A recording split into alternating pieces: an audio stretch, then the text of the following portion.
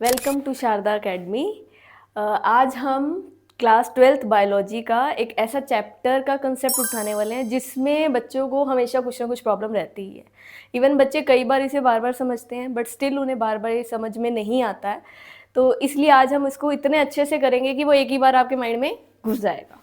ठीक है, तो वो कंसेप्ट का नाम है ऑपेरॉन कंसेप्ट, जो कि चैप्टर नंबर 5 के मॉलिक्यूलर बेसिस के लास्ट में ये कंसेप्ट है जो बच्चों को हमेशा कुछ ना कुछ प्रॉब्लम क्रिएट करता ही रहता है पूरा थ्रू आउट द चैप्टर। चलो आज इसको स्टार्ट करते हैं। कंसेप्ट को स्टार्ट करने से पहले हम सबसे पहले समझते हैं कि ये ओपेरॉन का मतलब क्या होता है। ये ओपेरॉन कंसेप्ट रिलेट करता है हम अगर आपको इस चैप्टर के बारे में थोड़ा सा भी पता हो तो इस चैप्टर के अंदर हम पहले कुछ टॉपिक्स पढ़ चुके हैं, जैसे transcription and translation. In topics के बारे में अगर आपको थोड़ा सा भी पता है तो इन टॉपिक्स की रेगुलेशन, इसको कैसे कंट्रोल किया जाता है, ये सारी चीज़ें हम इस ओपेरॉन कंसेप्ट में पढ़ने वाले हैं। इस ओपेरॉन कंसेप्ट को पढ़ने से पहले स्टार्ट करते हैं, देखते हैं कि ओपेरॉन का मीनिंग क्या होता है। हमें ओपेरॉन का मीनिंग समझने के लिए सिंपल सी टर्म है। ओपेरॉन का मीनिंग होता है सेट ऑफ रेगुलेटरी जीन्स। कुछ रेगुलेटरी जीन्स को, कुछ जीन्स को कलेक्ट कर दिया और उनको कलेक्ट करने के बाद जो एक पूरा कंसेप्ट, एक सेट बन गया, उसे हमने ओपेरॉन बोल दिया।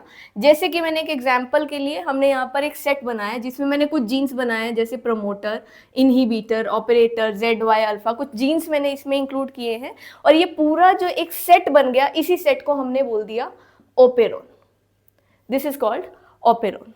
क्योंकि हमारे सिलेबस में सिर्फ प्रोकैरियोट्स के केस में ही ये कंसेप्ट पढ़ना है, तो हम यहाँ पर ये जो मैंने ओपेरॉन बनाया है, इस ओपेरॉन का नाम है लैक ओपेरॉन, जो कि हम एक बैक्टीरिया इकोलाई के अंदर देखने को मिलता है।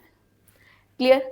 अब इस कंसेप्ट के बारे में देखते हैं कि इसमें हमने कौन कौन से जीन्स इंक्लूड किए हैं। इन जीन्स की अगर मैं बात करूं तो इसमें सबसे पहला ये पी जो जीन है, that is called promoter region, जो कि आपको पता होगा अगर हम ट्रांसक्रिप्शन पढ़ते हैं तो this is a very important gene, जहां से हम ट्रांसक्रिप्शन को स्टार्ट करते हैं, जहां पर आरएनए पॉलीमरेज आकर बाइंड करता है।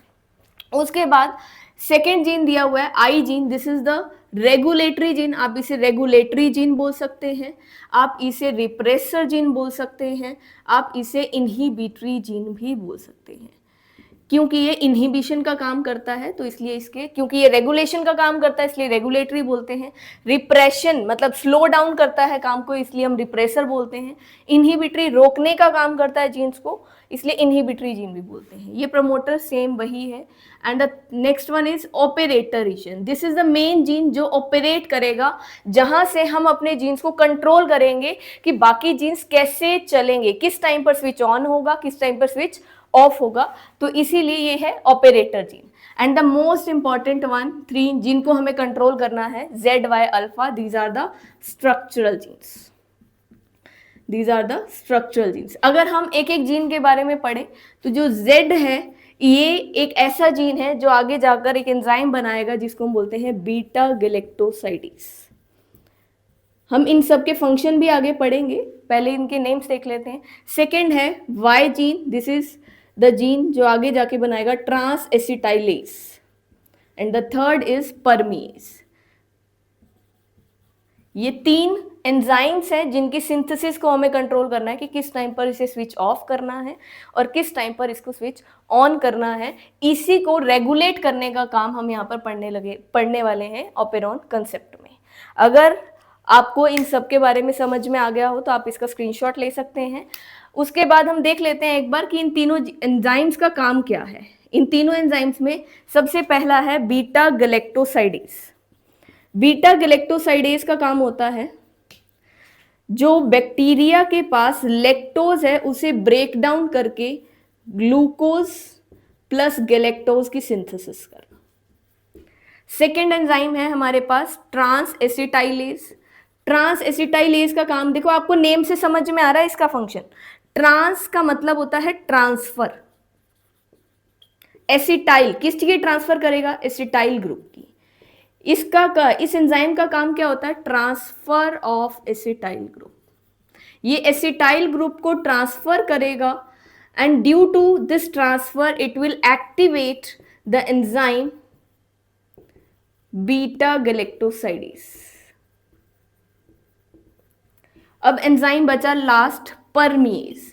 परमिएज एक ऐसा एंजाइम, अगर ये एंजाइम नहीं होगा तो बाकी कोई काम ही नहीं कर पाएगा, क्योंकि ये परमिएज ही है जो अलाउ करेगा द एंट्री ऑफ लैक्टोज, क्योंकि ये सारा काम ही लैक्टोज के लिए हो रहा है। अगर लैक्टोज नहीं होगा तो ये एंजाइम्स काम नहीं करेंगे, तो यही एंजाइम है जो अलाउ करेगा किसकी एंट्री को, लैक्टोज की एंट्री को।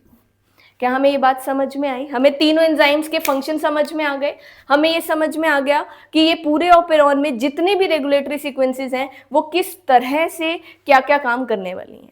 अब हम इसके फर्दर 2 केसेस पढ़ने वाले हैं, जिसमें हमें ये देखना है कि किन कंडीशंस में ये ऑपेरॉन स्विच ऑन होगा और किन कंडीशंस में ये आगे जाकर स्विच ऑफ होने वाला है। तो आपका इसका स्क्रीनशॉट ले सकते हैं और इसके बाद हम इसी को ही डायग्रामेटिकली ही पढ़ेंगे, बिना डायग्राम के हम इसके अंदर कोई काम नहीं करेंगे। इवन आपके अगर एग्जाम्स में भी कुछ आएगा इससे रिलेटेड तो हम बिना डायग्राम के इसमें से कुछ भी नहीं ड्रॉ करेंगे। अगर आपने, मैं यहाँ पे सिर्फ 2 डायग्राम बनाऊंगी, उन 2 डायग्राम्स को अगर आपने समझ लिया और पेपर में वो ड्रॉ कर दिए और वो आपके माइंड में उसका मैप बन गया, तो समझ लो कि आपके ये 2 इस कंसेप्ट से रिलेटेड जितने क्वेश्चन आएंगे वो सॉल्व हो जाएंगे इजीली। इसके अलावा आपको कुछ इसकी रीडिंग नहीं करनी पड़ेगी, कुछ आपको इसकी थ्योरी नहीं करनी पड़ेगी, सिर्फ ये 2 डायग्राम्स करने हैं हमें। चलो सबसे पहला केस पढ़ते हैं हम, फर्स्ट केस। फर्स्ट केस वो है जब लैक्टोज हमारे पास प्रेजेंट है। अगर लैक्टोज हमारे पास प्रेजेंट है तो उन कंडीशंस में कैसे होगा। चलो पहले हम लैक्टोज एब्सेंट का पढ़ते हैं, उसके बाद प्रेजेंट का पढ़ेंगे, ज्यादा इजीली समझ में आएगा हमें। पहले हम पढ़ते हैं कि लैक्टोज अब हमारे पास, हमारे बैक्टीरिया के पास लैक्टोज अवेलेबल नहीं है, then how will the operon works in the absence of lactose. चलो सबसे पहले हमें पता है कि प्रमोटर, सबसे पहले हमारे पास जो जीन है वो प्रमोटर रीजन है, और प्रमोटर रीजन हम पहले कंसेप्ट्स में, अपने प्रीवियस कंसेप्ट्स में पढ़ चुके हैं कि प्रमोटर रीजन एक ऐसा जीन है जहां पर आरएनए पॉलीमरेज आकर अपने काम को स्टार्ट करता है, राइट। चलो सबसे पहले देखते हैं, सपोज करो कि ये हमारे पास एक आरएनए पॉलीमरेज है, ये आया। हाँ, क्योंकि लैक्टोज एब्सेंट है बट इसको अपना काम तो स्टार्ट करना है, इसे नहीं पता कि हमारे बैक्टीरिया के पास लैक्टोज नहीं है, तो ये आया अपने प्रमोटर रीजन पर बाइंड कर गया। एज सच जैसे उसका काम है प्रमोटर रीजन पे बाइंड करना, आया बाइंड कर गया। जैसे इसने बाइंड किया, अपना काम स्टार्ट कर दिया, आगे की तरफ मूव किया, और जो आई जीन था, जैसे कि अभी हमने पढ़ा था, it is a regulatory gene, इस रेगुलेटरी जीन को उसने ट्रांसक्राइब करना स्टार्ट किया। जैसे ट्रांसक्राइब करना स्टार्ट किया तो उसने इससे रिलेटेड अपना एमआरएनए बना दिया, रिप्रेसर, क्योंकि ये रिप्रेसर जीन था तो इस एमआरएनए को हम बोल देते हैं रिप्रेसर एमआरएनए, तो उसने रिप्रेसर एमआरएनए बना दिया। अब कंसेप्ट इज कि क्योंकि हम ये प्रोकैरियोट्स के केस में पढ़ रहे हैं, प्रोकैरियोट्स में अगर आपको थोड़ा सा ध्यान हो, आपने पहले पढ़ा है, तो transcription plus translation side by side चलती है, दोनों एक साथ चलती हैं, दोनों अलग अलग कंसेप्ट्स नहीं है इसमें। यूकैरियोट्स में अलग अलग होते हैं बट प्रोकैरियोट्स में दोनों सेम टाइम पर चलती हैं। तो जैसे ही रिप्रेसर एमआरएनए बना तो ये आगे जाकर क्या बना देगा, रिप्रेसर प्रोटीन बना दिया। सपोज ये इसने रिप्रेसर प्रोटीन बना दिया, क्लियर, तो हम इसको बोल देते हैं रिप्रेसर प्रोटीन। अब ये जो रिप्रेसर प्रोटीन है, क्योंकि हमारे पास लैक्टोज नहीं है, अब रिप्रेसर प्रोटीन का काम क्या है, अपना काम करेगा, वो ऑपरेटर रीजन के साथ इंटरैक्ट करेगा, गया ऑपरेटर रीजन के पास बाइंड कर गया, ऑपरेटर रीजन के पास।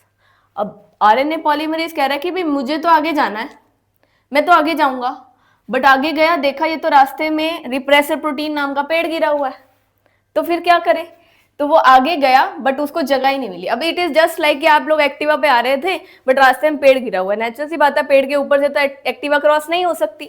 अगर क्रॉस नहीं होगी तो नेचुरल सी बात है ये आरएनए पॉलीमरेज जो यहाँ पर पहुंच गया था, अब इससे आगे क्रॉस नहीं करेगा। अगर वो क्रॉस नहीं करेगा तो ये जो हमारे 3 जीन है ये फर्दर ट्रांसक्राइब भी नहीं होंगे, और ट्रांसक्राइब नहीं होंगे तो क्या होगा, it is switch off. It is called negative regulation, इसी को ही हम नेगेटिव रेगुलेशन बोलते हैं। Is this clear?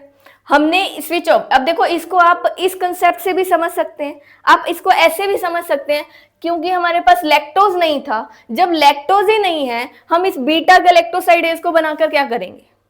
Beta galactosidase का काम क्या था? लैक्टोज को तोड़ना।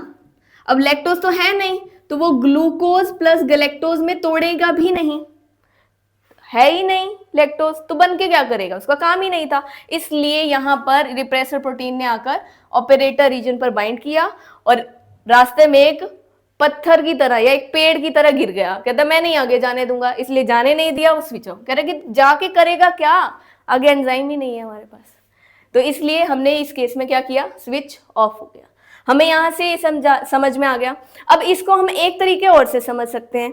अब सपोज करो कि उसके पास लैक्टोज नहीं है, अब इसके साथ एक कंडीशन में ऐड कर दूं कि उसके पास ग्लूकोज एक्सेस में अवेलेबल है। अब देखो किसी के पास ग्लूकोज ज्यादा है, ऑलरेडी उसके पास एनर्जी है, तो वो लैक्टोज हो भी तो उसे तोड़ के भी क्या करेगा? क्योंकि उसके पास लैक्टोज को तोड़ने का पर्पस क्या था? कि ग्लूकोज की क्वांटिटी को बढ़ाना, एनर्जी कंटेंट बढ़ाना।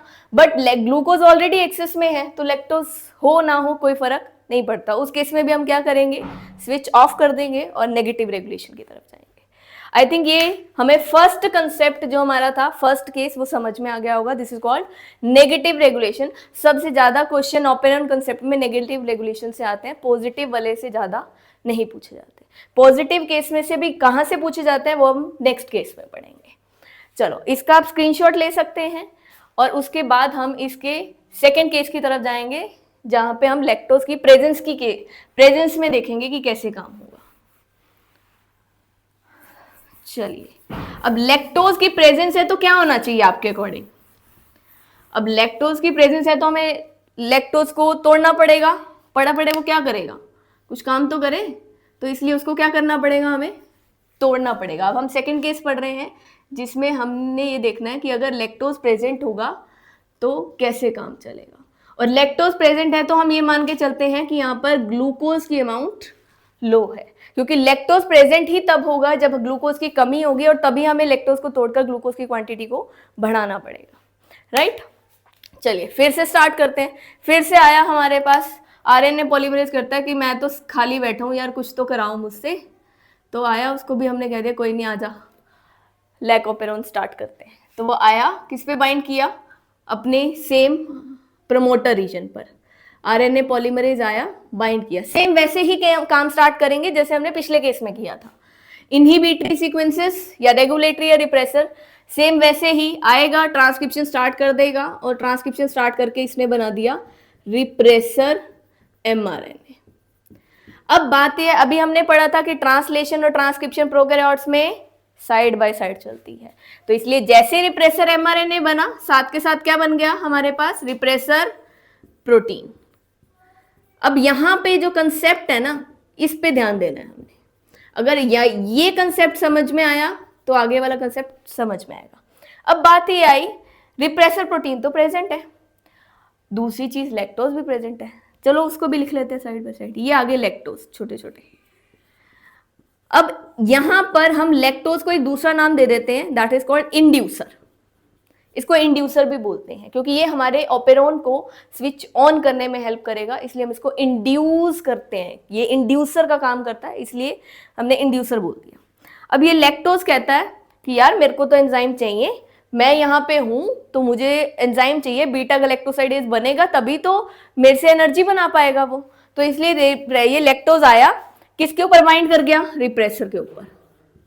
ये आया, इसके ऊपर ऐसे बाइंड कर गया कि मैंने तो तेरे को पकड़ लिया, मैं तेरे को जाने दूंगा आगे। तो इसलिए यहां पर बन गया, जैसे इसने उसको पकड़ा तो ये बन गया रिप्रेसर इंड्यूसर कॉम्प्लेक्स। क्या बन गया? ये रिप्रेसर इंड्यूसर कॉम्प्लेक्स। अब ये रिप्रेसर इंड्यूसर कॉम्प्लेक्स, अब देखो नेचुरल सी बात है, पहले वो अकेला था, चला गया, अब इंड्यूसर ने उसको पकड़ रखा है, भाई मैंने तेरे को पकड़ रखा है, मैं नहीं जाने दूंगा, इसलिए ये रिप्रेसर ऑपरेटर रीजन पर जा ही नहीं पाया, गया नहीं। अगर आगे नहीं गया तो आरएनए पॉलीमरेज खुश, कहते कि भाई अब तो मेरे को रास्ता मिल गया, पेड़ नहीं है मेरे रास्ते में, सीधा गया आगे, उसने जेड वाई अल्फा तीनों के अपने फर्दर ट्रांसक्रिप्ट बना दिए, एमआरएनएस बनाए। क्योंकि ट्रांसलेशन और ट्रांसक्रिप्शन साइड बाय साइड चलती है, तीनों ने अपने रिस्पेक्टिव एंजाइम्स बना दी। हमें पता है, हम पढ़ चुके पहले कि कौन सा जीन कौन सा एंजाइम बनाएगा। अगर किसी को नहीं पता, वो प्रीवियस वीडियो को दोबारा से फॉलो करे, अपने स्टार्टिंग में जो हमने बताया था उस कंसेप्ट को देखे तो समझ में आ जाएगा कि जो Z है वो बीटा गैलेक्टोसाइडेज बनाएगा, Y ट्रांस एसिटाइलेज बनाएगा और अल्फा परमीएज बनाएगा। अब जब तीनों एंजाइम बन गए, वो अपना अपना काम करेंगे, लैक्टोज को तोड़ेंगे और हमारे ग्लूकोज की एनर्जी, जो ग्लूकोज की अमाउंट कम हो रही थी, उसको बढ़ा देंगे। अब बढ़ा दिया तो नेचुरल सी बात है, अब हमारा कंसेप्ट क्या हुआ, switch on. Now this is called positive regulation. This is called positive regulation. हमने दोनों कंसेप्ट पढ़ लिए प्रीवियस, जिसमें नेगेटिव रेगुलेशन आया था वो भी, और जिसमें पॉजिटिव आया था वो भी। देखो, सिर्फ ये 2 डायग्राम्स पढ़ने हैं आपको, 2 डायग्राम, पूरा कंसेप्ट क्लियर हो जाएगा। अगर हम इसका ये देखें कि पेपर पॉइंट ऑफ व्यू से कितना इंपॉर्टेंट है, जब आप ये देखेंगे तो मॉलिक्यूलर बेसिस में जब क्वेश्चन आता है तो सम टाइम 3 और 5 मार्क्स में क्वेश्चन देखने को मिलता है, और वो भी लैकोपेरोन पे। बस द थिंग इज, आपको ये मिल सकता है कि ये स्प्लिट क्वेश्चंस में मिलेगा। मतलब अगर आपके पास 5 मार्क्स का क्वेश्चन आया है तो वो पूरा 5 नंबर का नहीं होगा, उसमें 1 नंबर, 2 नंबर, 3 नंबर, इसमें स्प्लिट क्वेश्चन होगा और छोटे छोटे क्वेश्चन पूछे जाएंगे। हो सकता है आपको ये डायग्राम दे दें, उन्होंने हाफ डायग्राम बना दिया, उसमें से पूछ लिया, यहाँ पे ये बना दिया, यहाँ पे लिख दिया x, y एंड z, बताओ ये क्या बनाएगा, ये x, y, z आपको लेबल करना है। लेबलिंग बेस्ड क्वेश्चन भी हो सकता है, तो इसके ऊपर क्वेश्चंस पूछे जाते हैं, बट बहुत सारे बच्चे जो सॉल्व नहीं कर पाते क्योंकि एक कंसेप्ट माइंड में नहीं जा पाता। आपको सिर्फ ये 2 डायग्राम्स करने हैं, 2 डायग्राम्स करके हमारा पूरा कंसेप्ट इजीली फिनिश हो जाएगा। हमें दोबारा इसको रीड नहीं करना पड़ेगा, सिर्फ आपको 2 डायग्राम्स अपने माइंड में एक मैप की तरह रखने हैं। आई होप आपको ये पूरा जो कंसेप्ट है ओपेरोन का वो समझ में आया होगा। और अगर फिर भी आप कोई ऐसे टॉपिक्स पर वीडियो चाहते हैं जो आपको मुश्किल लगते हैं, तो आप कमेंट बॉक्स में डाल सकते हैं कि हमें इन टॉपिक्स पे चाहिए, तो हम नेक्स्ट वीडियोस उन पे बना देंगे। आप अगर यहाँ पर कॉन्टिन्यूसली इस चैनल पर वीडियो देखना चाहते हैं और अगर आपको मेरा टीचिंग मेथड पसंद आया तो आप इस चैनल को लाइक, शेयर एंड सब्सक्राइब भी कर सकते हैं। Thank you.